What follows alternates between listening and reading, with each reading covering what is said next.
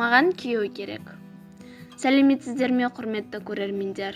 Сізге бұл оқиғаны бастамас бұрын видеоның астындағы бір лайк түймесін басып, болған сұмдықтарды өз құлағыңызбен ескеніңіз дұрыс па деп ойлаймыз. Содан біз бастадық.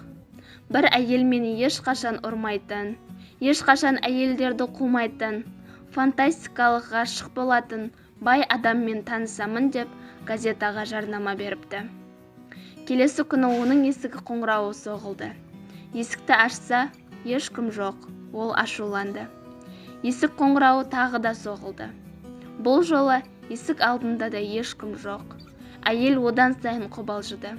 Сосын әйел сәл жерде арбада отырған адамды көріп, оған қарай жүрді.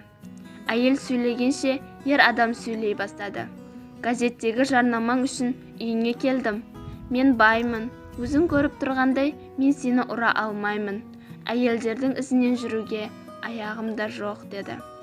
Әйел мүгедек жігітке тұрмысқа шыққысы келмеді. Жарнамада фантастикалық жігіт деген жері де бар еді.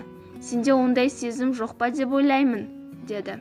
Еркек орнынан тұрып, аяқтарым істемесе де есігіңнің қоңырауын шалғаным фантастика емес пе деп айтты.